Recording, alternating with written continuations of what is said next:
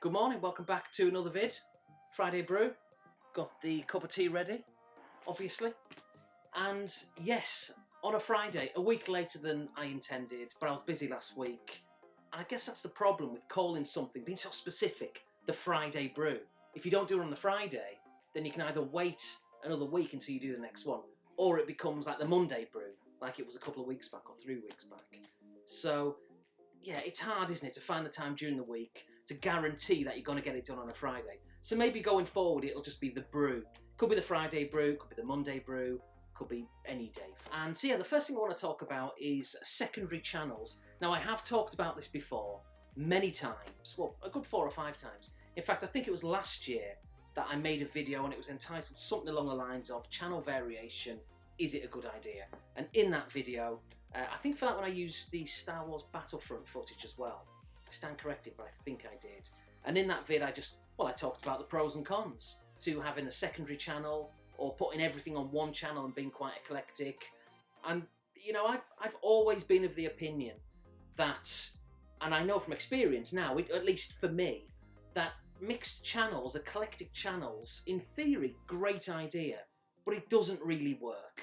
You know, I think there's no guarantees everybody's going to like certain or everything you do.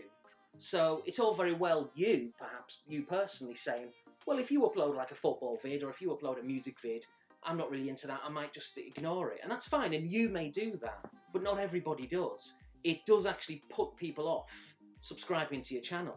So a few years ago, I thought to myself, going back a few years ago was when I initially thought about it, I thought, well, I'm going to create a secondary channel. But I didn't act on it, I really didn't. But then over recent years, I've brought it up on YouTube, like I say, on a number of occasions. And at the end of last year, 2017, just in case you forgot what year it was, I thought, right, that's it. I'm going to actually create a secondary channel. And what I'm going to use on that channel, or what I'm going to put on there, is music. It's going to be music stuff. So it may be making sense now, because you may be thinking, yeah, that's right, Alex, I haven't seen any music vids from you for months. Well, this is why. So yeah, Christmas time, I thought to myself, I'm going to create a channel. So I logged in to YouTube and clicked on the create new channel, and it said you've already got a channel for this email address, which is my secondary email address, which I hardly ever use. And I thought, that's weird, but when did I do that? I can't remember creating a channel. Anyway, long story short, it transpires that I do remember creating that channel, but it was about 6 years ago. So 6 years ago I created this secondary channel, which I totally forgot about. So the point is, the turn of the year, like very early January, may even be January the 1st, I uploaded a video to this secondary channel. Now, obviously we're nearly in May, and this secondary channel of mine only has about 4 or 5 vids, give or take. It's very slow off the ground. This is kind of the point that I'm getting to. Now, I'm not going to mention what the channel is on this particular vid, and there's 2 reasons why. One, because I don't want sympathy subs. I don't want people just going over there, just subscribing for the sake of it. That's not the point. Because if I wanted that, I'd just be doing the music stuff on this channel, which I may still do going forward, and I'll touch upon that again in a second. So that's one reason I don't want sympathy subs. But also, another reason is that I'm not even sure long term that I'm going to stick at it. I might do, I'll persevere for a while, but I may not. And this is the reason why, and this is the ultimate point why I want to talk about this. Bloody itching like a madman. Do you ever get that? You start itching one place, then bloody everywhere starts itching. So yeah, the ultimate point I want to make is, so I've created this secondary channel. It's, well, not predominantly, it's exclusively music. Only done a few vids, and it's just literally just showing off a few CDs and vinyl that I've bought and that I'm listening to, and that's it. There's nothing else on there, just music.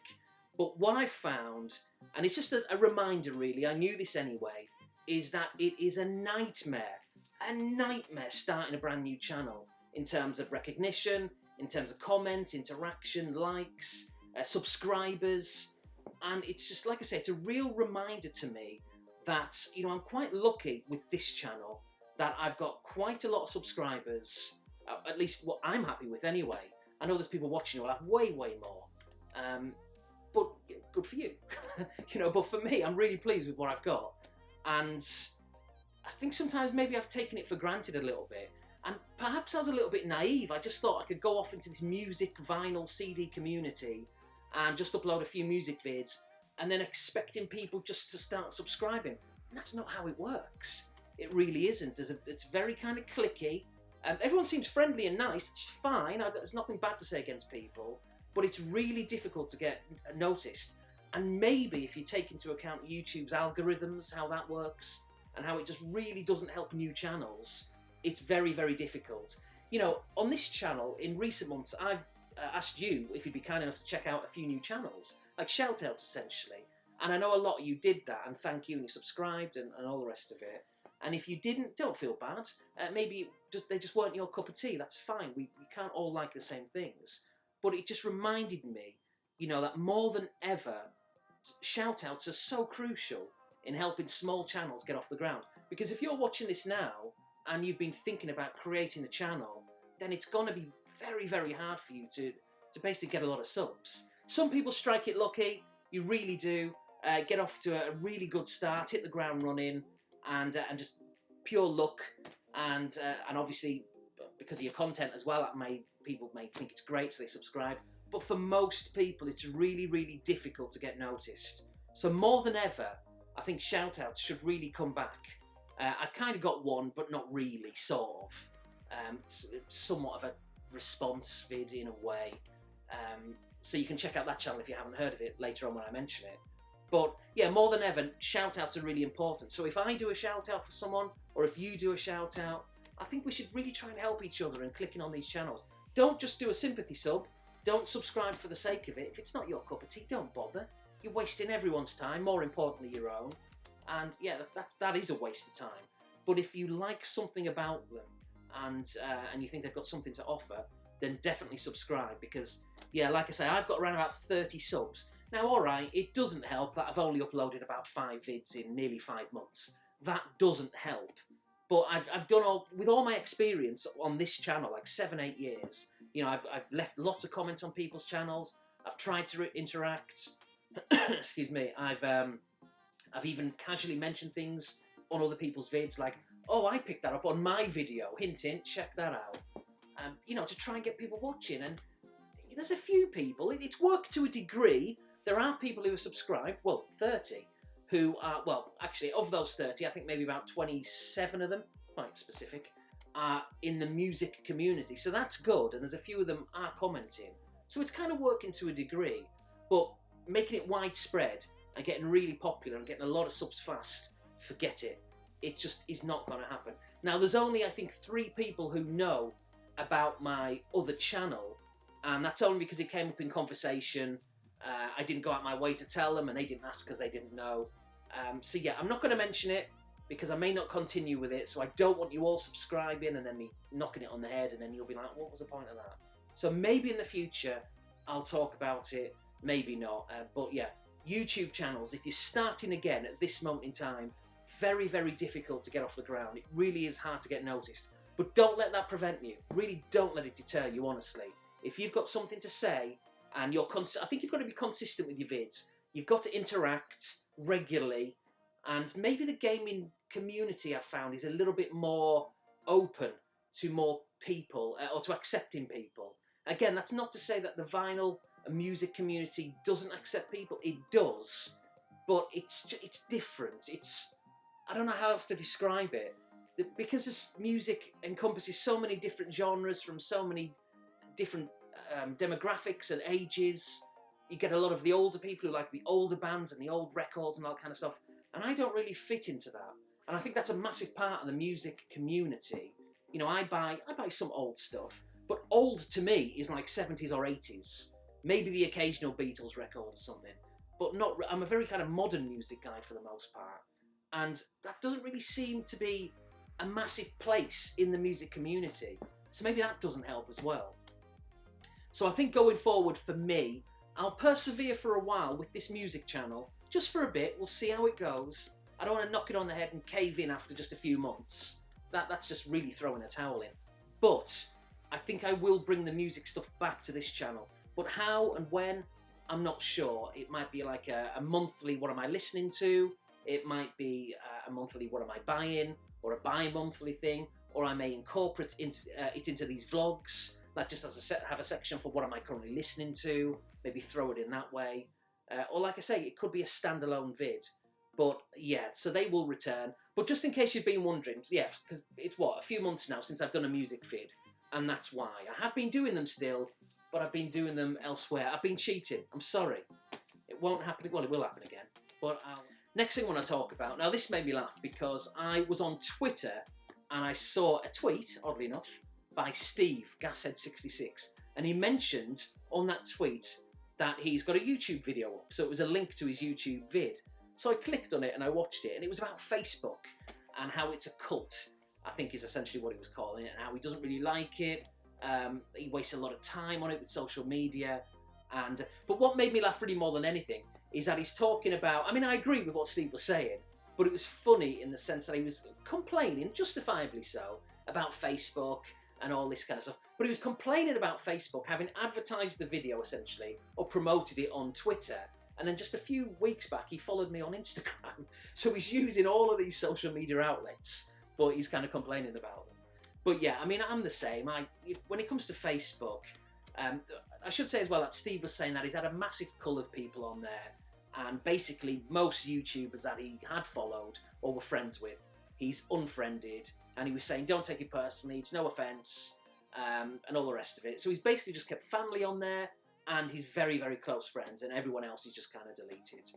And he was saying that it eats up too much of his time. He's going on there and spending 6 or 7 hours at a time on Facebook and other social media as well. And he needs to kind of scale it back a little bit. And yeah, Facebook for me, if I wasn't in America, I don't think I'd use Facebook because it's just full of people talking bollocks. Now, I'll hold my hands up and say I do the same. I will go onto Facebook and I'll post something pointless. But as soon as I do, I kind of log out.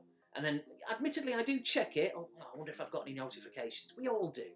You know, it's that dopamine, isn't it? Dopamine, whatever it's called. We get that hit, that buzz. It's like an addiction. And we all want another burst of it. That's how social media works. It's probably how YouTube works, really, as well. Twitter as well, with likes and comments.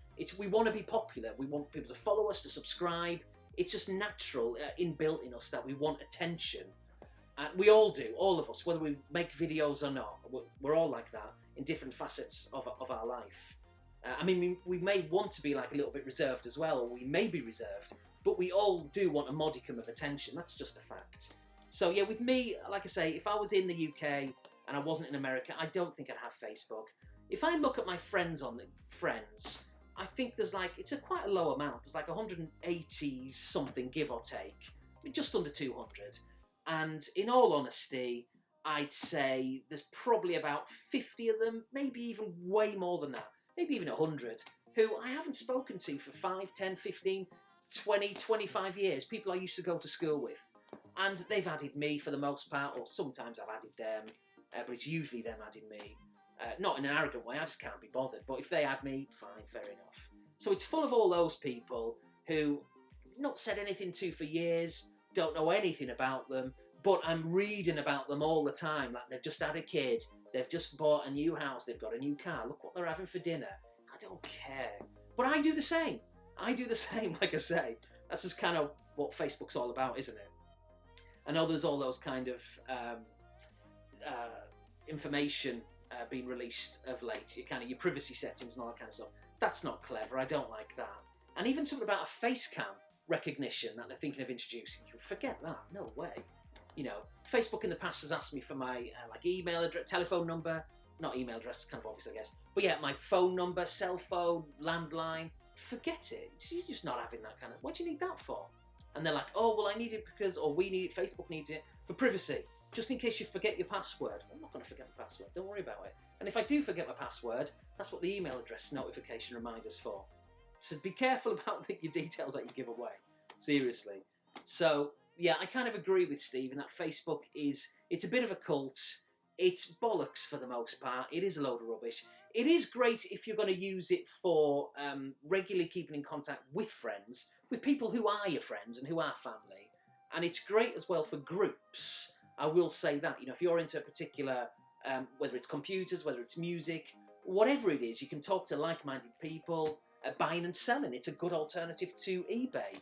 it's free to list stuff, really, and a good way to sell to people, in theory, who are trustworthy, because they're all part of communities and you all know each other and you know what you're going to get, and it's not so much of a risk. So there are pros to Facebook and social media, but yeah, Facebook for me, I'm just not having it. If it's, for the most part, it's just fake. It's all of us, myself included, adding a load of people, or them adding us, and it's a case of look at me and all my friends. They're not really your friends. You knew them 3-4 decades ago, whatever it may be, or even just a few years ago, or you worked with them once for 6 months when you were at a job. You know, are they really your friends? Do you communicate with them? Not really, for the most part. So I'm trying to come off it. There are a few people who I do communicate with through Facebook and through nothing else other than Facebook, and it's probably largely for that reason why I haven't got rid of it. But I could do without it, in all honesty. Twitter, I do use Twitter a lot, but again, with Twitter, with me, I go on there and I'll post something, in the scheme of things, pretty pointless. You know, what am I listening to? Something may be happening in the world of politics, and I may say something. It's never controversial, and I never really take sides, but I may comment on it. And it could be gaming related, whatever I say. But then I tend to post it, and then I tend to log out. And then, admittedly, I will log in later on. I wonder if I've got any notifications. It's that thing again.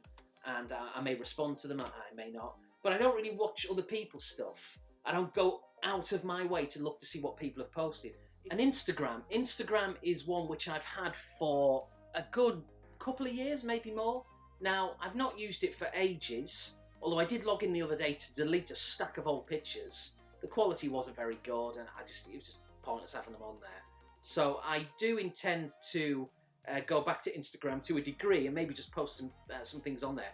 But again, I don't really look to see what people are posting. I don't follow I do follow other people, but I don't go out my way to click on their pictures and respond. It's very kind of self-centered. Sounds arrogant, doesn't it? But yeah, I'll post my picture on there. If people like it, great, and if they don't, well, they don't. It's not the end of the world. That's my stance on that. Facebook is a load of rubbish. I do still have it, but really just because there's a few people, and it really is just a few, who I communicate with. And I guess I don't want to... Here's the thing, you don't have to log in. You know, have some willpower. That's what it comes down to as well. And by deleting it, by getting rid of it, if you haven't got it, it's a different kettle of fish. But by deleting it, it's a bit too definitive for me. You're kind of closing the door in people's faces. Maybe there's no harm in having it, but just having the willpower just to log in once in a blue moon. That's kind of what I want to do. I do log in there pretty much every day, but I don't spend hours on it. I just log in maybe once or twice, morning, evening, whatever. And but here's the thing as well. I'm logging in. I haven't sent any messages, but I'm logging in thinking, have I got any messages? Well, of course I haven't, because I haven't sent any. Sometimes I've not posted anything for weeks. So why am I logging in? Addiction. That's probably what it comes down to. But yeah, Facebook is rubbish. I'll just repeat myself. So yeah, anyway, moving on. Now this is the kind of a shout out, but not really. Although it will transpire to be one, I guess, by mentioning the guy's name. It's a chap called Alan, and his channel is called Mamemeister. Is it Mamemeister? I think it is. Yeah, now I've been watching Alan's channel for probably a good couple of years, but it was only around about Christmas or the New Year when I commented. And I commented along the lines of... been watching for a couple of years, so it's the end of a year, start of a new one, best time than ever to say hi, kind of thing. So I think I've only commented like maybe once or twice since. I do watch his vlogs. He's really good at making the vlogs, like his waffle vids. I think he said in his last vid, or one of his recent vids, that that's kind of what he's known for. And I don't know if he was kind of not offended, or a little bit upset by that, maybe, slightly. Maybe he wasn't. Because he does other stuff too, but I think... Alan, if you're watching this, don't get offended if people know you for the waffles. Take it as a compliment that people like it enough to know you for it. So I'll be honest and say that those are the kind of vids that he makes that I watch. He does other gameplay vids, but I tend not to watch too many gameplay vids from anyone, really. Every now and again I will, if it appeals. But his talking vids, I like them. It's food for thought. So one of the things that happened on Alan's recent vid, and by the way, there'll be a link to his channel below. Check him out. If you like talking vids and vlogs, you should check out his channel. It's good. I think he's got more subs than me, so you'll probably know his channel. Anyway, I digress. So one of the questions, it's kind of a similar format really. I know there's quite a few of us that do this, but one of the questions that somebody asked Alan in his vid was along the lines of, I can't remember the exact verbiage of it, but it was along the lines of, how do you feel about the younger generation of kids, specifically in the UK, kind of rewriting history in the sense that young kids, for the most part, and when the person said young, I'm guessing they mean kind of maybe early teens or late teens or whatever it is. But people rewriting history in their heads by thinking, I'm getting to the point, the NES, the NES, was really popular in the UK when, according to this other guy, in reality it wasn't. And I've got to be honest, I've noticed that a lot. I've noticed a lot of younger people on YouTube and on Twitter, social media, talking about that. Let's just call it the NES. I know in the UK in the UK it's the NES. In the States it's the NES. Again, it's been here for a decade. I sometimes get confused. It's ridiculous. So we'll call it the NES because I think most people watching are probably British anyway. But even then, a lot of kids are calling it the NES because of the way words change over time. I'm going off on a bit of a tangent here, but before I forget, I noticed the other day there was a guy. No offence if you're watching, I mean, it did annoy me, but there's a British guy, old enough to know better, called, if anyone remembers, bum bags, called it a fanny pack. You can't call it that, mate, if you're British, for obvious reasons. Why did you do it? I couldn't believe it. I was like, no, mate, I'm not having that. You cannot do that. I'll let things like movies slide, when it comes to like films and all the rest of it. Maybe even soccer. I'll let that slide. That's kind of a British name anyway, if you do your research. Although obviously most Brits call it football, naturally. And there's a number of other words here and there. But I'm not having fanny pack. You just, no, sorry, that's unacceptable. But yeah, a lot of these kids are calling it the NES, British kids. And they think, as this person pointed out on Alan's vid, they think the NES was really popular in the UK. It wasn't. Now, here's the thing. It wasn't with me. And it wasn't with my friends. And it wasn't with 90% of people I know. However, I do know some people through YouTube who it was popular for those people. It was popular for them and it was popular for their friends. So maybe with the NES, it was a geographical thing. Maybe certain pockets of the UK, for whatever reason, had excess stock of the NES, the console, and it was more widespread and readily available. Maybe that was it. But with me, it wasn't. I think I knew one person who had one, so I wasn't exposed to it, apart from that one person. Now, I do remember it from magazines for a start. It's not like I don't know anything about it. I do. And I also remember it from seeing it in Dixon's. I don't know if they had some kind of sponsorship deal with Dixon's going on. Curry's as well was another one. But Dixon's specifically. So I remember going in there. I remember seeing a little Nintendo section and all the games lined up, the Super Mario Brothers, Contra, whatever else was there at the time, Duck Hunt. And there was like the CRT in that like booth with those robotic arms out, holding the controls in place so nobody nicked them. And I remember going on it a few times. And I remember in 1990 being desperate, just for 5 minutes, like 45 minutes I had, desperate to get the Turtles pack. I really wanted it, but I didn't know anyone, that one person aside, who had one.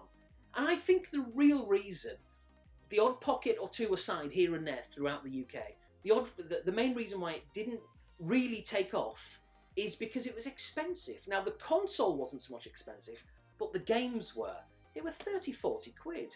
Whereas most of us in the 80s, and obviously the early 90s, we had our Amstrads, Commodores, Commodore 64s, the Spectrums, Commodore Amiga, and the Atari ST. So we could copy games. It was the whole piracy thing, wasn't it? We could borrow games, we could copy them, and we could buy budget games. Some of them were atrocious, but they were like, a couple of quid. And then there was the full price games, which really seldom cost more than 25, which was still a lot of money. But they were cheaper. Even though they were a lot of money, they were cheaper than Nintendo cartridge games. So I think that's another reason why the NES didn't take off. But I think sometimes as well, there'll be some people out there. I know Rob, 2D Champion, was doing a NES collection the other day. And I think it was Adam, Shock16, who said something like, I don't know anyone who had one. And Rob was like, that's really funny you say that, because I knew loads of people who had one. But maybe it's that thing. that, you know, Rob had a few friends who had one, so they in their heads thought, well, everybody has one. It clearly wasn't the case, but maybe it was for where Rob was living, so maybe it was a geographical thing. I don't know, it's kind of weird. But I do know that 90% of people I know hardly knew anybody who had a NES, so I think it's fair to say, and I could be wrong, but I think it's fair to say that it didn't really take off. And obviously it took off nowhere near as much as it did in America. You know, since coming here a decade ago, the amount of people who have nostalgia for the NES, the NES obviously as they call it here, it's incredible. It's like almost everybody had one if they were into games. And at my last job, for example, we were in like a meeting, and as it usually did, the actual meeting descended into just video games and movies and all that kind of stuff. And they were talking about a load of games, and all of them knew what they were talking about. They were all talking about NES classics, and I just didn't have a clue what they were. Even someone like myself who's quite knowledgeable on games, I was like, I've never even heard of that. And then I had to explain to them that, well, the NES wasn't that popular. It was available, but it wasn't that popular because we had home computers. Blew their minds. They just couldn't believe it. Just as it blew my mind and blows my mind that they didn't really have the computers. I know they were all available, but obviously some were a lot more popular than others. The Spectrum, I don't think was it even sold in America? I think it was briefly. I know, just because I read it, well, doesn't mean to say it's a fact, I guess, but I read that the Amstrad was sold in very, very limited quantities in America back in like the mid to late 80s, but it never really took off. The Commodore 64 was a lot more successful, but even then it was more of a cult thing. And the Amiga and the ST, again, not massively popular, but they were available. Maybe the equivalent, if you like, of the NES in the UK. Maybe they were just too expensive for Americans, who knows. But yeah, so I thought that was really interesting, the NES. It's an interesting topic, because a lot of people in this day and age, a lot of young YouTubers are starting to buy and show off on pickup vids NES games. Or NES as they're starting to call it, despite the fact that they're British. Fine, fair enough. It's the influence of YouTube, it's the influence of English, like I said before, where words just over time they evolve, they change, language changes. You know, it's like we don't speak like Shakespeare anymore. It was his birthday the other day. He's dead, by the way, just in case you weren't aware. I'm sure you were aware. So, yeah, it's just life, isn't it? But I've got to be honest, maybe you get to a certain age, like I am now, and when I see all these Americanisms being used by Brits, I'm sorry, no offence, but it winds me up. It winds me up. I'm in America. I've been here for a decade, and I don't bloody use those terms. So pack it in. Stop it. But they're not gonna, because it's kids. What kids do, isn't it? In a way, it's kind of nice, isn't it, if you think about it? The world is a much smaller place in this day and age. And to be fair, it does work both ways. I've saw and heard, I should say, a lot of people, even in America, using words like wanker. Now, it's not many do it, it's not the majority by any means. And they've not done it just to kind of appease me or try and impress me. I've heard it on TV, I've seen it written, I've heard other people say it when they didn't even know I was there. So it is used, little words like that, they're starting to cross over. So, as a Brit, I do get annoyed when Brits use Americanisms, but I'm sure Americans are probably getting annoyed that Americans are using Britisms. But like I say, in a way, it's kind of nice, isn't it, in a very strange way. So anyway, that's my little 2 pence about the NES. And it's nicely tied in, actually, because I'm going to talk about what I've been playing lately. Now, I touched upon the fact that, going back to 1990, I was desperate to get the NES Turtles pack. I really wanted one. I think, was it 89 or 1990? Either way. If it was 89, I decided at the last minute to get my mountain bike, so no regrets, because mountain bikes were all the rage back then. And if it was 1990, which I think it was, I chose to get my Amstrad GX4000, which was a ridiculous, monumental error, but no regrets. Quick slurp of tea there. And the funny thing about 1990, I mean, I talked about this in my Christmas vid, my nostalgic Christmas vid. If you've not watched it, please go back and do so if you want to. But in 1990, I almost got an Amiga, and again, I changed my mind at the last minute, and then I was going to get the Turtles pack, and it was like, no, get the GX4000. I mean, my mum and dad must have just thought all their Christmases had come at once, because I wanted to get the Amiga for like 400 or 500 quid, and then at the last minute I'm like, well, the GX4000, and that was like $99.99. They must have been like, oh Christ, yes, get the Amstrad, whatever you do. So I did, but like I say, no regrets. But I very, very nearly got the Turtles pack, or at least I wanted it. I came close to asking for it, because Well, it was Turtles. The Turtles around about 1990 were all the rage. And in 1990, I was 11 or 12, depending on what time of the year. So I was at the perfect age, really. And I absolutely loved the cartoon and the movies that were starting to come out. Obsessed with it, absolutely loved it. And so I remember seeing Turtles in Dixon's, in Curry's, in the magazines. But I never played it until relatively recently, well, about a year ago, when I picked the game up. And it's only just now, shockingly, that I've been playing it. Sorry for the glare. If you saw any then, I think you did. It's still basically half sealed. It's in amazing condition. So, and all these screenshots are so nostalgic, despite the fact that I've never played it up until recently. But I just remember seeing it, like I say, in magazines. So despite never owning it, it means something to me. And it being Turtles and all the rest of it. So yes, I picked this up, and I'm sure it would have been on a pickups vid about a year ago. But I've only just played it now. I know what you're thinking. How are you playing it, Alex? Did you buy the Turtles pack on eBay? No, I didn't. I'm basically playing it through the Retron 5, which I've never really used. Just every now and again I'll drag it out. So I stuck it on. Now, admittedly, I've only played it for about 20, 25 minutes, half an hour, tops, really. It's not very good. It really isn't. But I kind of like it in a really cheesy, bad way. Playability-wise, it's quite basic. Graphics, of course, it's 8-bit, but it's kind of like an enhanced 8-bit, because it does look better and it sounds better, for the most part, than what you can get on the 8-bit computers. But it's very basic, it's very primitive. But it's just something about it which is quite addictive. But yeah, make no mistakes about it, by no means is this a good game. It's very, very average. And if it wasn't for that kind of, nostalgia, despite never owning it, but wanting to own it as a kid, if it wasn't for that factor, I wouldn't get anything at all out of this, and of course I wouldn't even have bought it. But yes, that's Turtles on the NES or the NES spine. So yeah, really pleased to have it. Now I do have a few NES games. I don't have many. There are a few that I wouldn't mind getting, but I'm not obsessed with it. And quite frankly, I wouldn't be opposed getting a loose cart. Maybe, it's not the end of the world. They don't have to be boxed. But if the condition's good, if the price is good, I'll definitely consider it going forward. And I do want to get the Turtles pack eventually. Will I use it? Well, probably not, but just to kind of have it on the shelf. I know it's a waste of money, but it'll tick off that box of things that I kind of want to get, or want to get back in a way. Well, I never owned it, but I wanted it back in 1990. So I think eventually I'll get it, but it has to be complete, it has to be in really good condition, it has to be at a good price, and that could take quite some time.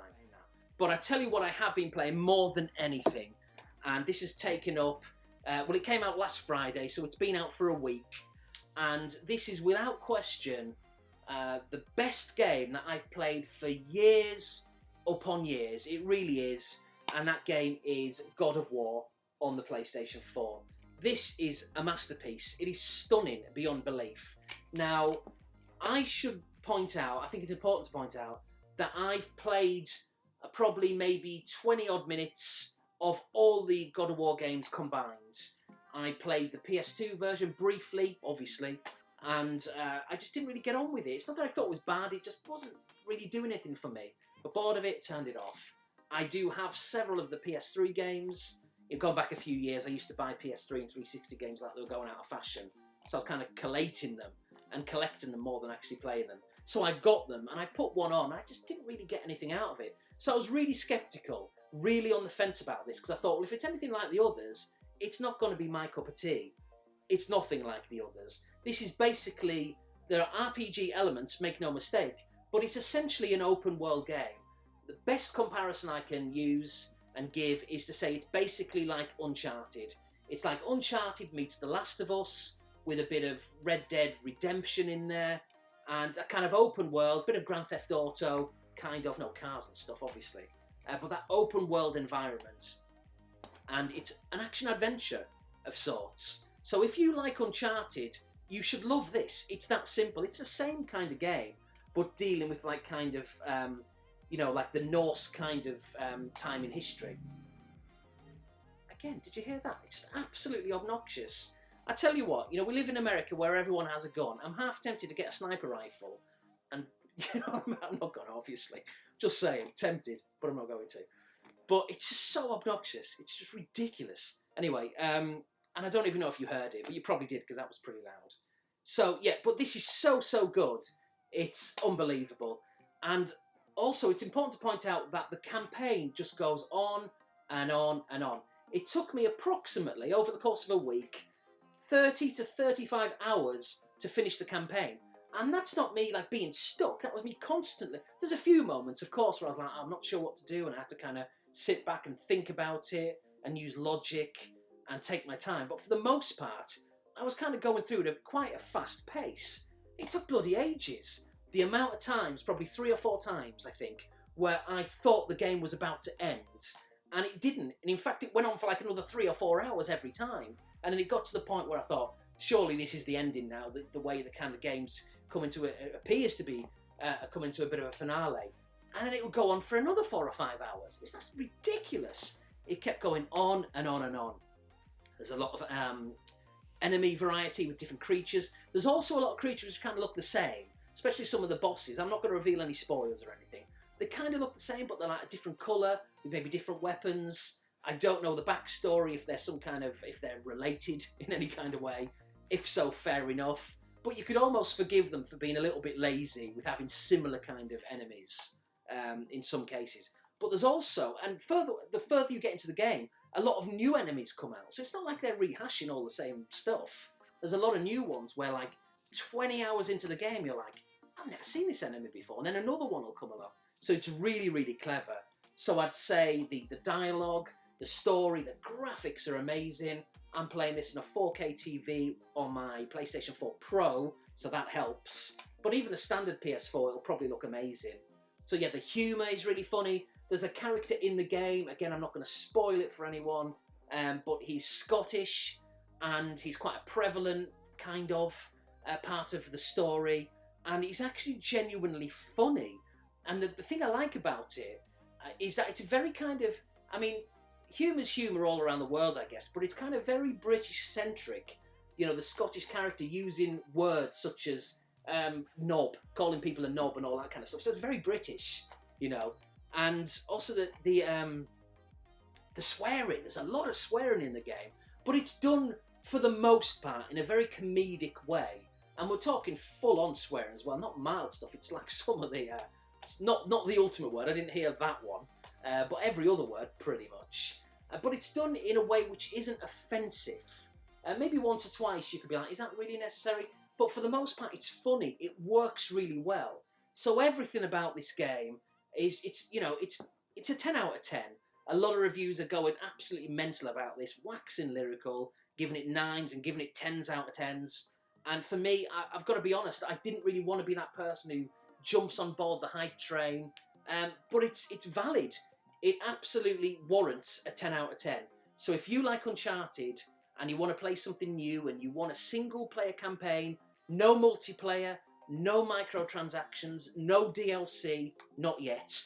I'm sure there will be, but because the game is so big, you know, like I say, 35 hours, probably more, for the main campaign, then they're within their rights to release DLC for maybe $10 for an extra however many missions, if they choose to do that.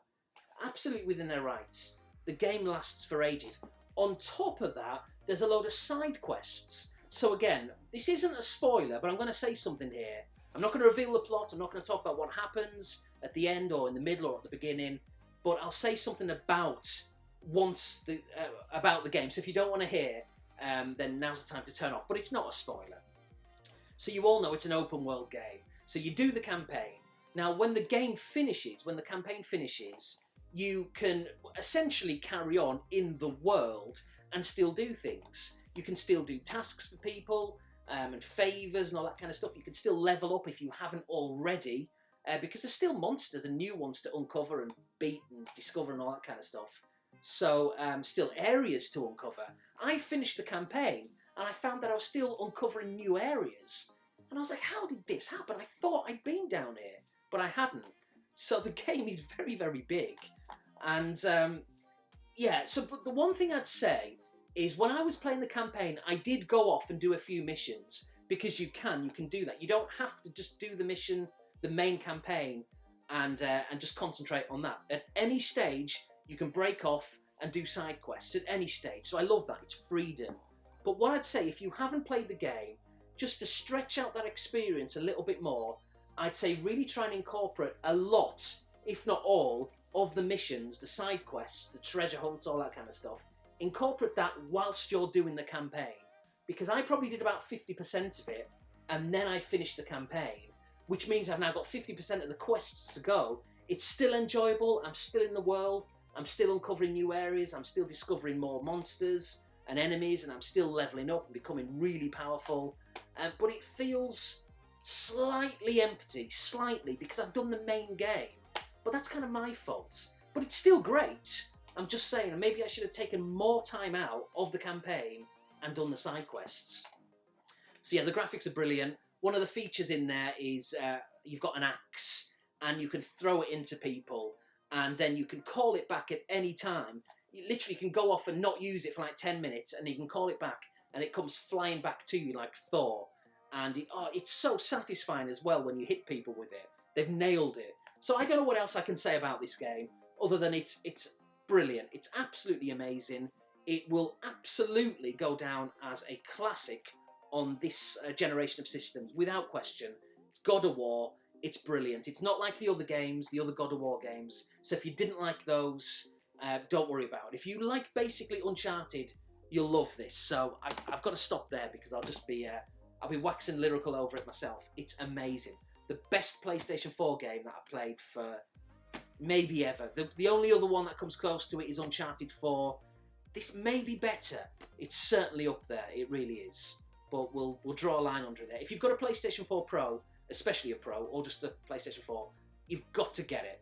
Alright, so let's move on to the questions. There are 4 from Pete, Snestastic. Thank you, Pete. Have you watched a new trailer for Solo, a Star Wars story? If you have, what did you think? I have. I've seen probably a couple of the trailers now. I will watch it. I'm sure I'll like it. It just looks a little too kind of cheesy and a little slick for me. Maybe it's the whole thing about Han Solo being young. You know, he's not in his late 30s or his early 40s or whatever age we all kind of know him for, predominantly know him for. Instead, he's probably in his early 20s in this, I guess. And it just looks a little, I don't know, there's something about it. Maybe they're pandering more towards a younger audience with this clean-cut sort of...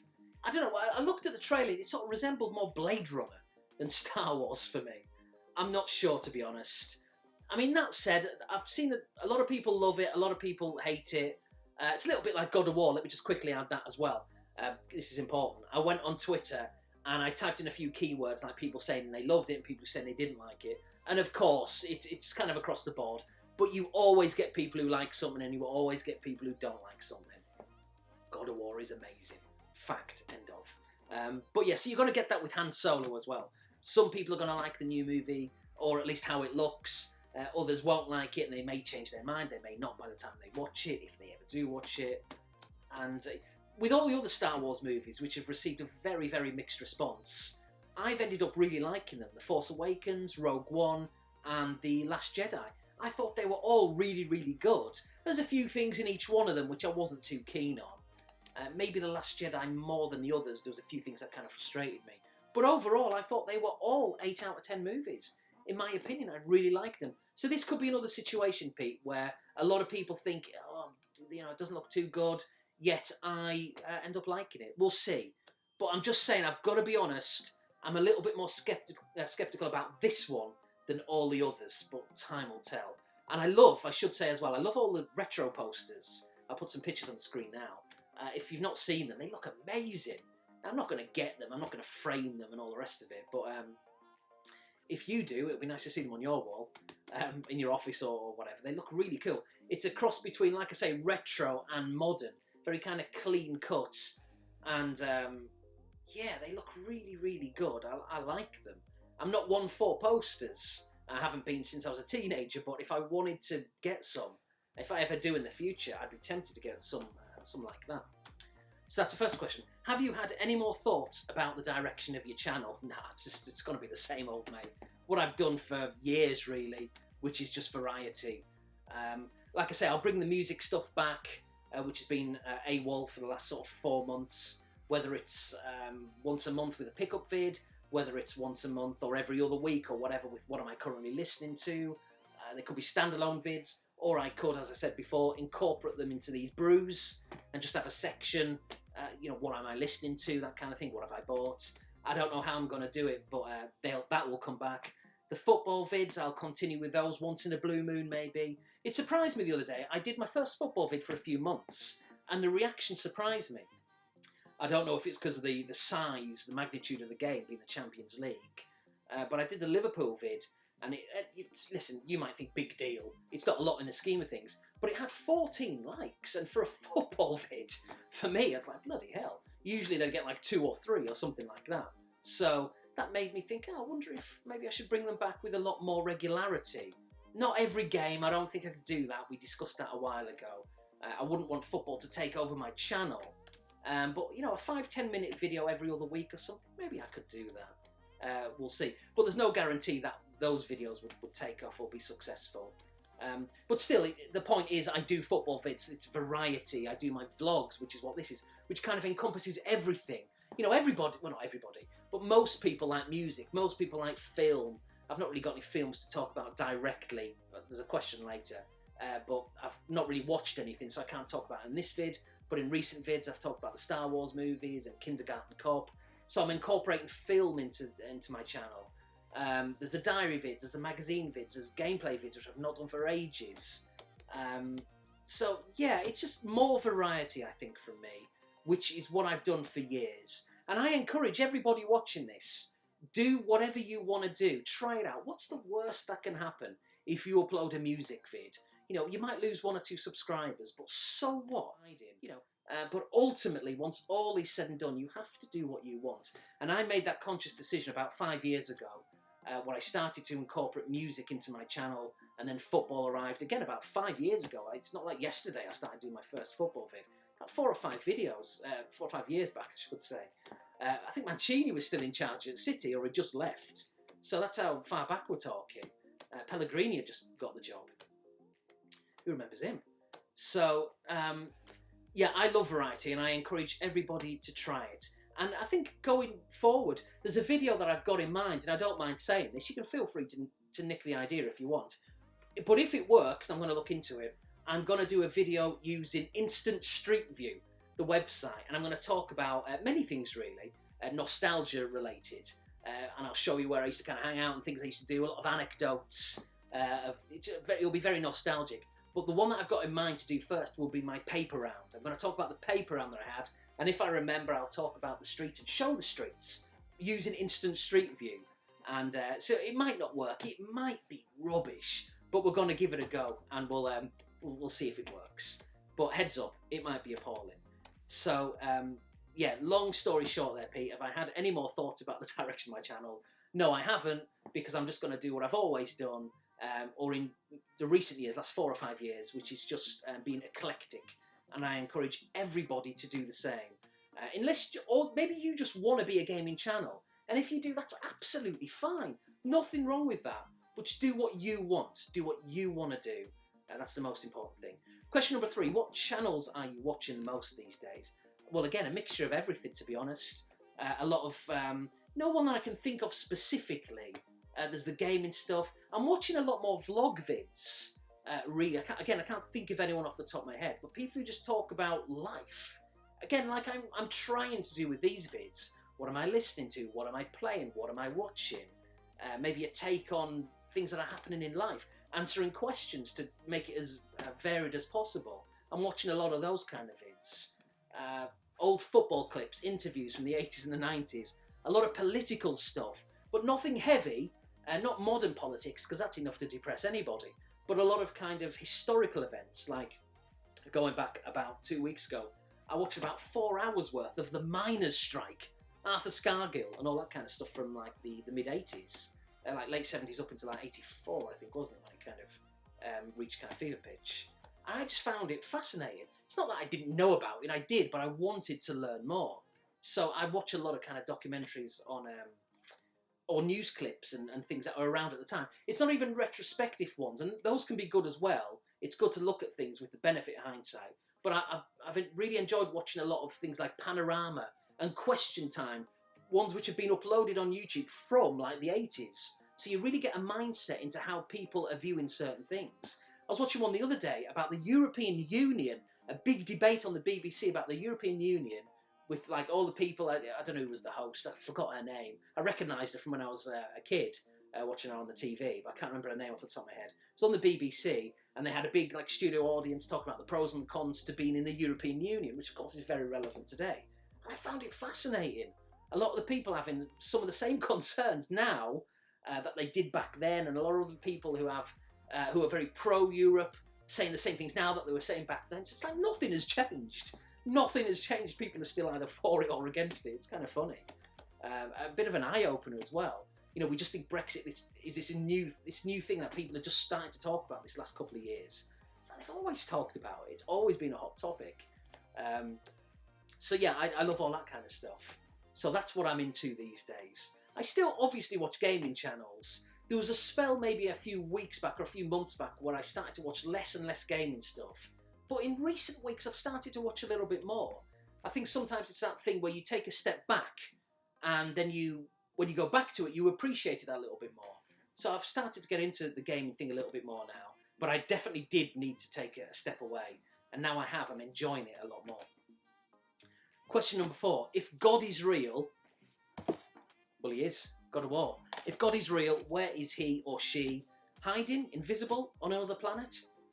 Yeah, I mean, it's the ultimate question, isn't it, Pete? Where is God? Is God real? Does it exist? I don't know. You see a lot of things happening around the world, and you just think, if he was so mighty and powerful and real, why doesn't he just come down and or appear from wherever, however it works, and sort it out? And I don't know. It's a weird one. We don't have the answers. We never will, unless it's in another life, if that even exists. Maybe we'll find out one day in another universe. But as humans, as we are in this guise, we're never going to know. We will never know the truth as to how it all works, if it even works. Are we in a simulation? Are we in a computer game being controlled by other people? That's one of the theories out there, isn't it? Are we in a simulation of a simulation of a simulation?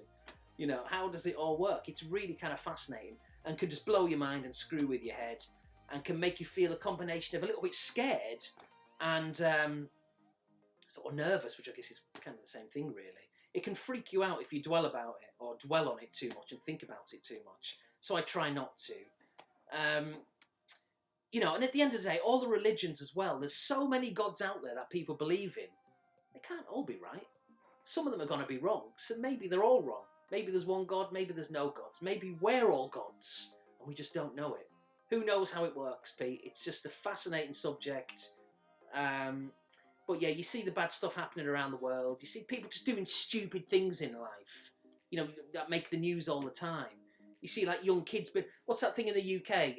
Is his name Alfie? Apologies, again, being in America, I know there's the internet, of course, but it's not really making the TV news that I've seen anyway. But, you know, frequenting like the BBC website, there's that kid, isn't there? Like I said, I think his name's Alfie. They're trying to get him to go to Italy and the courts say he can't and all that kind of stuff. I mean, he's a kid. He's a kid. So if there's a God, why is he being affected? Why are adults affected by negative things if there's a God? Unless it's just some kind of game that we're in, some kind of path to greatness. And like I say, we'll only really know and be able to look back and appreciate in another life form. You know, I know this sounds really weird, but maybe this sounds really, really weird. But maybe, you know, we evolve, or maybe we used to be like, it's going to sound so stupid, it's unbelievable. But it's something that crossed my mind the other day. But maybe we used to be like animals. Am I sounding like a nut job now? Maybe we used to be animals, and we've got a cat. Maybe that, you know, listen, if you've got a pet, I'm sure you do the same. We talk to our pets like they can understand us, and they can to a degree. Of course they can. They've got ears and they, you know, they can hear and they learn things, certain things, but they can't communicate with us. Maybe they used to be humans. Maybe we used to be animals. It sounds stupid. I better stop there. It sounds madness. But the point is really, who knows how it works? Nobody really knows. So thanks, Pete. It's thanks for the questions, but you can never answer it, can you? Christy O'Connell. Thank you, Christy, for this question. Is there anything you enjoy collecting that has nothing to do with nostalgia? Is that a dig? Are you saying I'm too nostalgic? No. I don't really collect anything. The only thing I can think of are things like records and CDs, but I don't collect them as such. I just buy them as and when I want to buy it and when I want to listen to it. It's there for when I'm in the mood to listen to it. I don't collect them. I don't really collect anything. There's the games. See? Here's the thing. I don't see myself as a collector. I know a lot of people may say, "Well, you are." Look at those Amiga games behind you, and PlayStation 4. I've got quite a lot of PS4 games now. PS3. I've got 150 of the bloody things. Although I've hardly bought any for ages. Bought a couple like last month or whatever it was. But I hardly get any these days. It's just once in a blue moon. So yeah, I don't really collect anything. Oh, by the way, just in case you're wondering, and just in case you care, and I'm sure you don't, but behind me, obviously you see the Amiga and the shelves, the music stuff up there. What you used to see was the sofa bed, the brown sofa bed with the cushions on, all the rest of it. And this computer was pushed back a little bit. I've moved it a little bit forward. And that bed, the sofa bed, it unfolded into a bed. It has gone into that middle room in there, which obviously you can't see. And the reason why is because it was pretty much useless. It was redundant. Now, unless we have or had people staying over, and if we do in the future, we may bring it back in here, then it's pretty much useless because it's great for that purpose, because if they're staying, we can just unfold it, and this is like a room where they can just obviously retreat in, we've got a bed and all that kind of stuff. But other than that, it was pointless because the Amiga at the time, if you remember on my old videos, was there. You could see it on that side of the wall. So you couldn't be sitting on that couch, which was there, playing on the Amiga because it was at an angle that was too far away. The PS4 at the time was around the corner in this same room, so it was too far away. The Mac, the computer that you can see this through now, was on it's a little bit further back on the computer table, but it was too far distance to lean forward. You've got to be bloody Inspector Gadget to operate it. So really, it was pointless. It was having no purpose there. Whereas now, again, I know you can't see it, but it's that sofa bed is in the middle room on the back wall with another IKEA shelf with the 4K TV on with my PS4 in there. So basically, you can now sit on that couch directly and play the PS4 or watch Netflix, watch a Blu-ray. It's great. It just means that for now, I just had to throw these up somewhere. They had to go somewhere.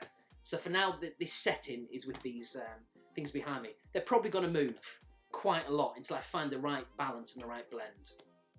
But just in case you were wondering why the scenery's kind of changed, I know you don't care. But there you go. I've told everyone and told you, Christy. But anyway, to answer your question, yeah, I don't think I can answer it really. I don't really enjoy. It's not that I don't enjoy. I don't really collect anything else. Music is probably my answer. Even like books. I don't collect books, but I buy them. But there's no nostalgia there. Well, there are in some cases, I guess. Movies. I buy movies. Some are nostalgic, some aren't. Some are new. But it's nothing to do with nostalgia. But I don't collect them. So there's nothing I really collect, I guess, ultimately. I used to collect, years ago, football shirts, soccer shirts. I used to do that. And I've still probably got about 20 of them. Most of them are Manchester City and Bournemouth. There's a few others here and there, but that's it really. Might be a couple of old United shirts from when I was a kid. Apologies for swearing. But yeah, I don't really do it anymore.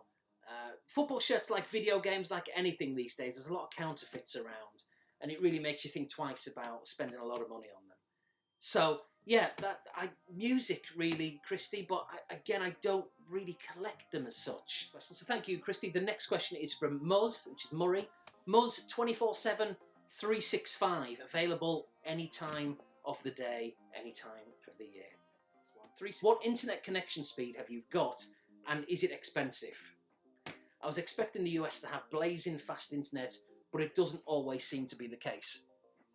Yeah, I'm not sure what the speed is, to be honest. The problem that we've got isn't with the internet, isn't that it's slow, it's fine. It's the size of the downloads that were kind of allocated, as I touched upon in my last vlog, about getting a bill like 3 times the size that it usually is, which is just absolutely ridiculous. So I think it's around about $200, but that incorporates all the TV, all the cable, the telephone, there's something else in there as well. So it sounds a lot, it's not just for the internet. But I believe there's 4 options for the connection speed, which I haven't got the answer to, I don't know what it is. But we're on the lowest one, through choice, but not so much through choice. When we signed up for it, I think it was the only one available. And subsequently, as time has gone on, they've opened up more options, and we've just yet to take advantage of that. But we're going to have to, because we really need the unlimited data option. Because, yeah, the last bill I came through was, I just took the piss. I talked about my last vid, it's making me angry again, so I'm going to have a sip. A sip of tea makes all the badness go away. Fact. So, but yeah, so we're going to have to do that, and I think the unlimited option is only an extra $40 on top. And also, I think I read something that they pay for your Netflix as well. So it's kind of like $40 more you pay, but it'll be less because they pay for your Netflix. We've not really looked into it, but we need to do it soon. But yeah, it's around about sort of $200 and something. It's a direct debit thing, so I don't really pay much attention. But yeah, thanks for the reminder, Murray. We need to get the unlimited option for an extra $40 or whatever. We'll do that soon.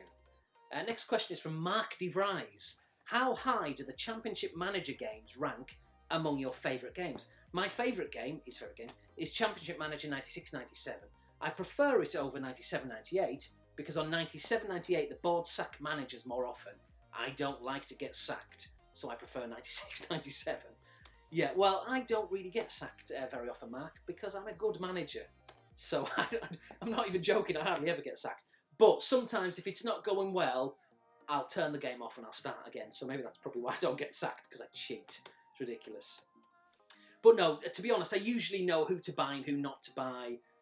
When you've been playing the game for 20 years, remember 97-98, 20 years old, you know what tactics to use for the most part and what not to use, and who are good players and who are bad, and what tactics to use, and formations, I should say, and all that kind of stuff. So, yeah, for me, Championship Manager 97-98 is the greatest entry in the series, without question. 96-97, like you say, is really, really good. 97-98 obviously refines it that little bit more. There's more features. I think you can choose your free kick takers, your penalty takers, your captain. It doesn't really matter in the scheme of things, but it just adds more to the realism and the freedom. There's more to the game, it's a bigger database. It's just a better experience, I find. More up-to-date with the competition structures and all that kind of stuff. And, I mean, you may know, and not just you, Mark, but other people watching, that going back maybe 4 or 5 years ago, I did 3 of them in 3 separate years, updates to the Championship Manager data, where I laboured over, editing 20,000 players. It sounds a lot. The first one it took bloody ages, but the other ones were easy because the data was in place. So I just had to change the date of birth. It was easy. And change the teams and all that kind of stuff. Well, it was hard work, but it was much easier. And those videos on YouTube, they've got like 30, 40,000, or one of them has. Maybe more. It's mental, the amount of views that it's got. So I think 97-98 is the fans' favourite. Once all is said and done, it's a very, very cult game. Probably why I'm still playing it after 20 years. So in answer to your question, Mark, 97-98 for me is the ultimate version. The modern Football Manager games, I do have the latest one. I've not had all of them. I've bought a few, like every other year I'll buy one. But I find them too involving. There's too much to do, and I don't have fun with them. 97-98 was the perfect balance. You can do the games really quickly, the seasons really quickly, and it was fun. So 97-98, for me, the greatest Championship Manager game. Dylan Craven, which is John Craven's son, John Craven's news round. Thank you, Dylan. So I've been watching a lot of 9/11 vids again. So do you reckon it was an inside job, or do you really think it was pulled off by a bunch of terrorists? God. Here's the thing.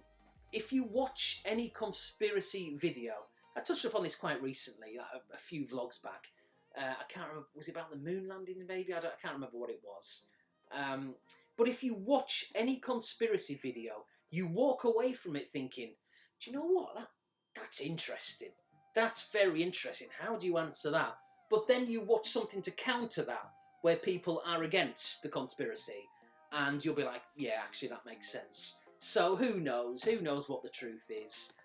I mean, on one hand, the fact that terrorists managed to take over a plane and fly it so specifically, directly into that target without crashing it elsewhere by mistake, I mean, that's just weird.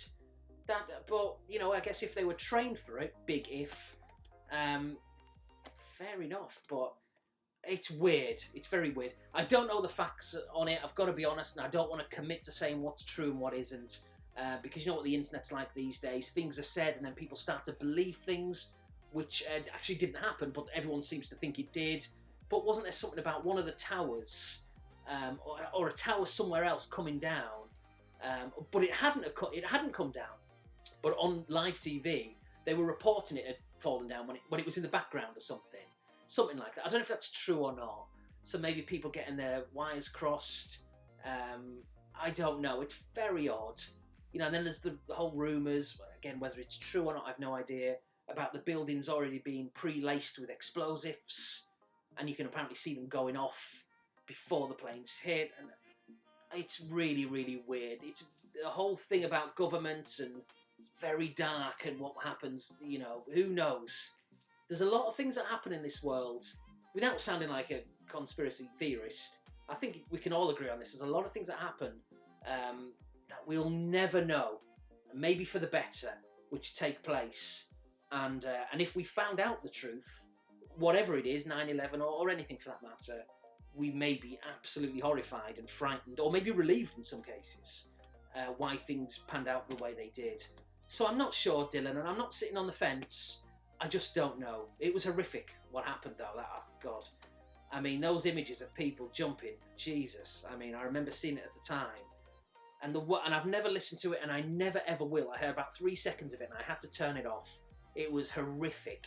It was people leaving like voicemails for, oh God. I mean, it's enough to make you just want to just get up and you've got to go on a walk to get out of your head. Horrific. I didn't even hear the messages, but I just heard the opening start of the telephone calls. And most of you would have heard them, you'll know what I mean. And just horrific, horrendous on a grand level. Anything like that is terrible.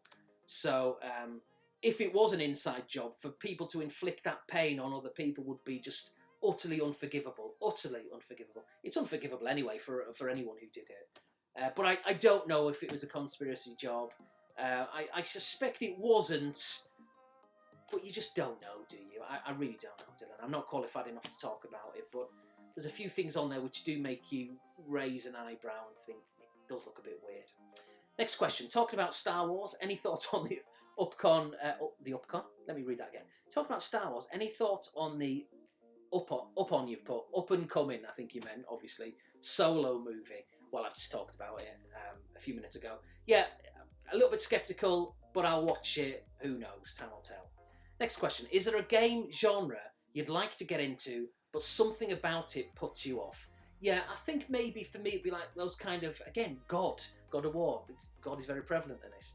Those kind of God games like Powermonger, Populous, or to keep it more relevant in this day and age, things like SimCity, even though that's been around for decades, Civilization, City Skylines. Now, City Skylines and Civilization 5, is that the latest one? I've got them both. I bought them both on Steam late last year, I think it was. Early this year, late last year. And in theory, I love the idea of playing them, but they're so bloody complex. A little bit like Football Manager 2018, the recent games. They're so complex. It's just, I can't be bothered. And then the next question, which is kind of related to it, is there a game genre that you've never had any real interest in? For me, for him, RPGs seem cool, but I can't be bothered with all the dialogue and stats. And I'm not big on realistic racing games like Forza or GT. Yeah, well, the thing is Forza, remember Forza Motorsport is a cross between the simulation and arcade. It's not full-on simulation. Forza Horizon, that's pure, absolute 100% arcade. Think of it like an open-world racing game. Go anywhere, do anything, you're in charge.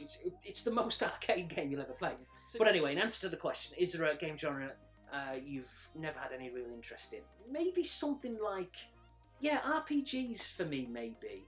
I know, again, here we are mentioning God of War. It's not a strict RPG. It's an open world game with RPG elements. Full-on RPG games, or like a Final Fantasy. Those are, I'm not really into them. But I mean, it kind of appeals to a degree, but every time I put them on, I just can't get into them. The Japanese manga kind of games as well. Don't know anything about them. They just don't appeal. I've got a couple, but again, I'm not really my cup of tea. Fighting games, other than Street Fighter and the classics, I'm just not...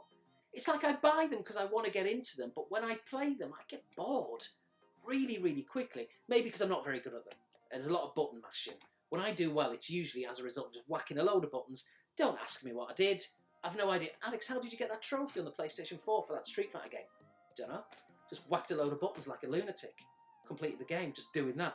That's basically how it works.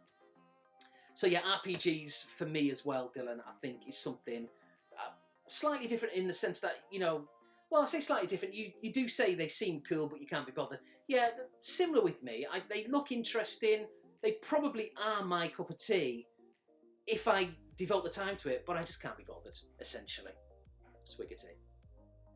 And then last but not least, we've got 3 questions from Steve, Addy Sneaker Freak. Number 1, who will win the Champions League this season?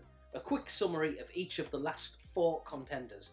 Well, this is, I've made this a little bit easy for myself by not making the vid last week. Now, of course, we've had the first leg of the semi-finals, so I've got a bit of an advantage talking about this.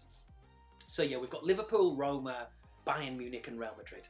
Liverpool, of course, the other day beat Roma 5-2, obliterated them. It should have been more. It should have been more, and Jurgen Klopp, I'm not bothered, I'm not a Liverpool fan, but Jurgen Klopp was monumentally stupid and naive for doing what he did. Basically, at 5-0 up, and it could have been 6, could have been 7, he took Salah off, who was obviously one of the greatest informed strikers in the world right now, if not the informed striker, or player for that matter. He took him off, and he brought on Danny Ings with 15 minutes left, plus injury time. It's a stupid move. It basically said to the opposition, we've won this tie quite easily. We've won 5-0. We're kind of declaring a bit like they do in cricket. And by doing that, the second part, it kind of took the piss out of Roma. And he was punished. He was punished because Roma scored 2 late goals in the last 10 minutes. And it makes the second leg very interesting. Now, Liverpool should still go through. Who the hell on earth is going to blow... who the hell on earth? That's a good one, isn't it? Who the hell's going to blow a 5-goal lead? Has that ever happened? I don't think it ever has. Liverpool are a nightmare for other teams, a nuisance for other teams going forward. So I see them scoring in Rome. I wouldn't be surprised if they win against Roma in Rome. But they've made it really difficult. Well, not really difficult. They've made it harder than it should be for themselves. They should be going there with a 5 or 6 goal lead. But because Klopp wanted to rest... You know, Mohamed Salah for the last 15 minutes. Really? Could he not have played an extra 15 minutes? Of course he could have. He took the piss. It was a piss-taking substitution, and he was kind of slapped in the face twice. But Liverpool should still go through. So that's my summary on those. They will score, I'm pretty certain of that, in Rome. They may even win the game. They're probably going to go through to the final. I'm not a Liverpool fan, but I'd be embarrassed and humiliated for them if they didn't. Roma, well, look at what they did in the last leg. Didn't they overturn a 3-goal lead there in Rome against Barcelona? So Christ, they could do it again. But the problem is, for them, is Liverpool, I think, are more of an attacking threat than Barcelona. Real Madrid won 2-1 at Bayern. The thing is with Bayern is they're a really good team, but they're an ageing team. They've got Ribery, they've got Robben, they've got Muller, they've got Lewandowski, they've got Manuel Neuer, and all of them are in their 30s. I think, is Muller 29 or 30? Lewandowski, has he turned 30 now? Neuer, if he's not 30, he's just about to turn it. Robben and Ribery, 34, 35. They're still good players, but they're an ageing team. And I think they've had their day in the sun. And for now, with this squad, they'll come back because they're a big club. But this squad, yeah, they're not going to come back from this. Real Madrid, though, surprised me because they've not impressed me at all. So I don't know if it's just Ronaldo, who's like a bloody superhero at 34, 33, 34, still scoring 30, 40, 50 goals a season. He's single-handedly kind of dragging them through. But in the league, they're quite inconsistent. They still lose games. They've got an interesting philosophy, Zidane, with Madrid. He rests a lot of players in the league. It's like they just don't care. You know, the league's pretty much lost anyway. Barcelona have won it. Lost for Madrid. I'm more of a Barcelona guy myself. But, yeah, I'm surprised Real Madrid fans put up with that. Losing or dropping points in La Liga. Surely just put your best team out. Finish as high as possible. Finish second. If you can't finish first, finish second. But, yeah, they've kind of just... just gone through the season, dropping a few points here and there, and at several stages I thought they were going to get knocked out of the Champions League, but they've won away at Bayern. They're probably going to go through. But yeah, so anyway, to really sum it up, ultimately, I think Liverpool and Madrid will be in the final.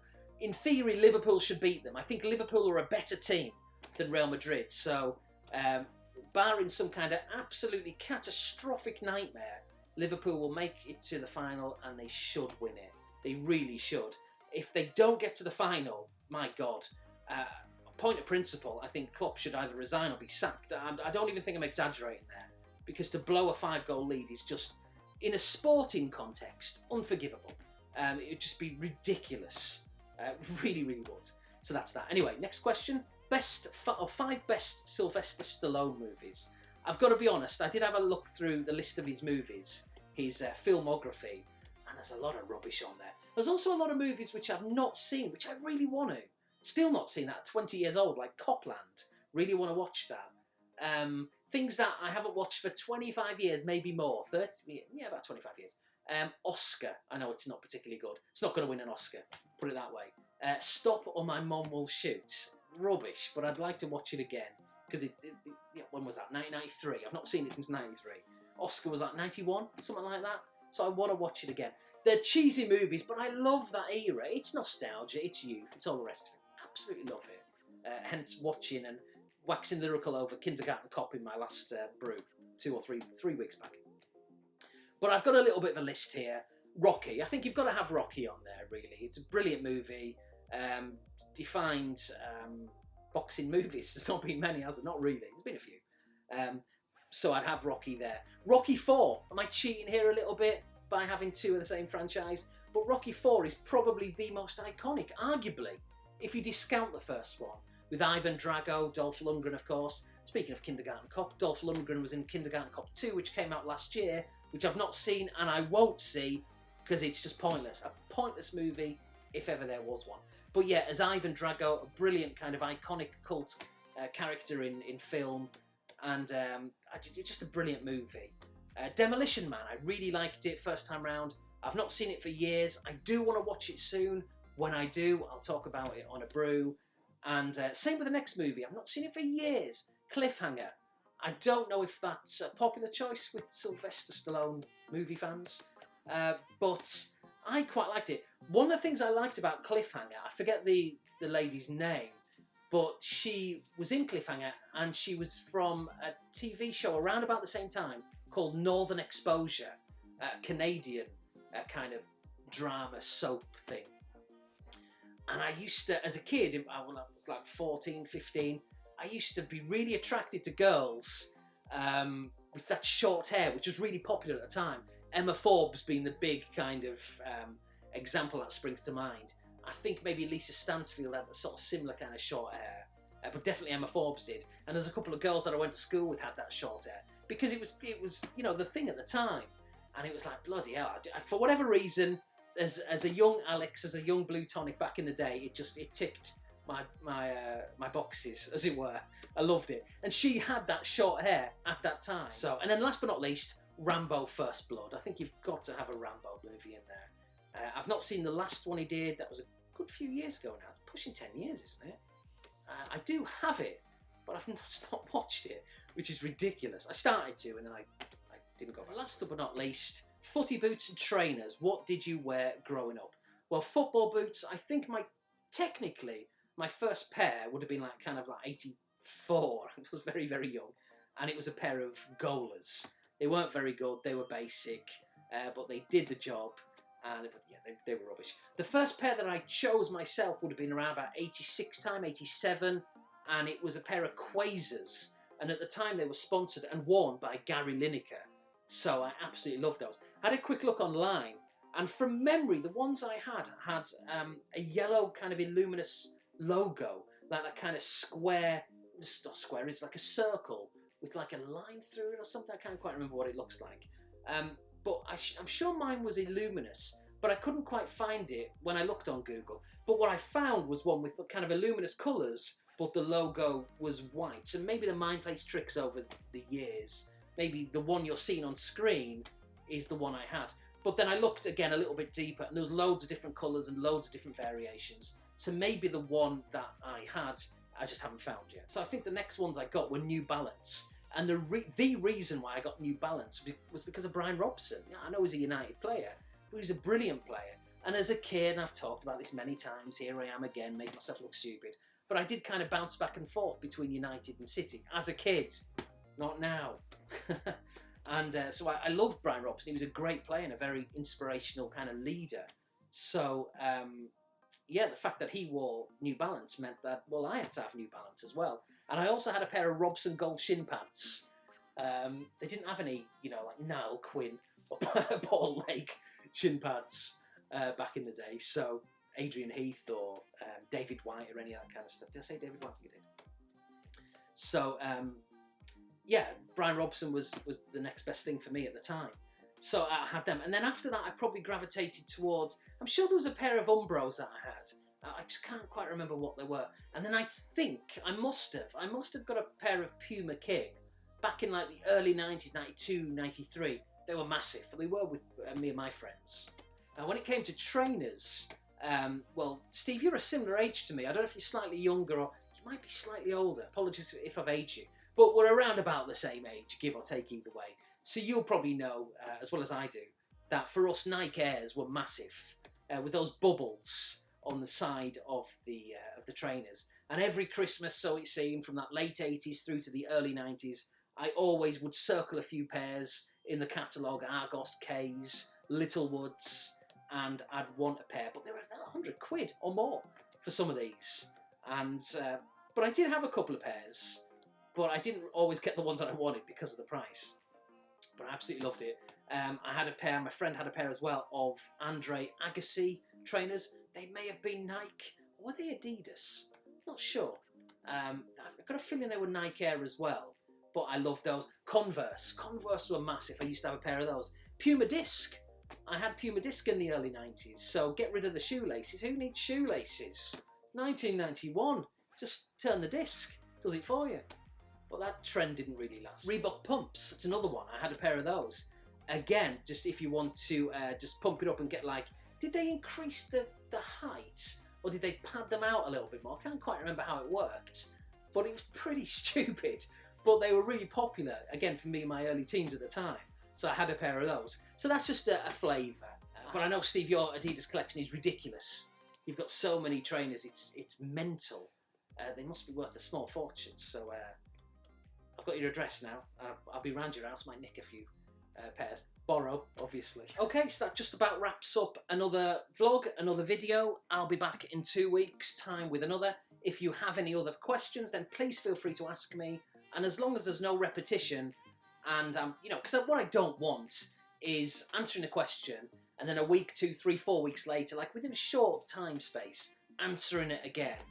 Because you'll start to see that, I'll know it, and it's just not great. So if it's a question which I've not answered before, I'll answer it. As long as it's not something stupid, obviously, or something crazy personal, like I've mentioned before, like, Alex, how big's your knob? I've told you, it's 14 inches. I don't know why you don't believe me.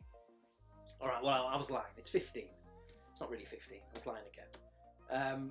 But yeah, as long as it's nothing stupid, then of course I'll answer it. But please feel free to ask me in the description box below. If you don't have any questions, please never feel an obligation. I always say it because it's true.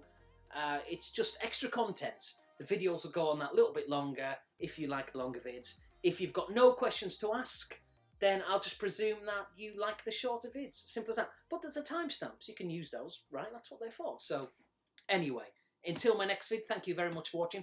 My next vid, I'm guessing... Do you know what? I'm going to try and do that paper round vid with instant street view, which could be a disaster. It might be appalling. If it is, it is. If it doesn't work, I might put it off and I might do it another way. We'll see. Or my next video could be like a music vid. We'll bring that back in some way. And but it will be what it will be. Until my next vid, whenever it is, thank you for watching, and I'll see you later.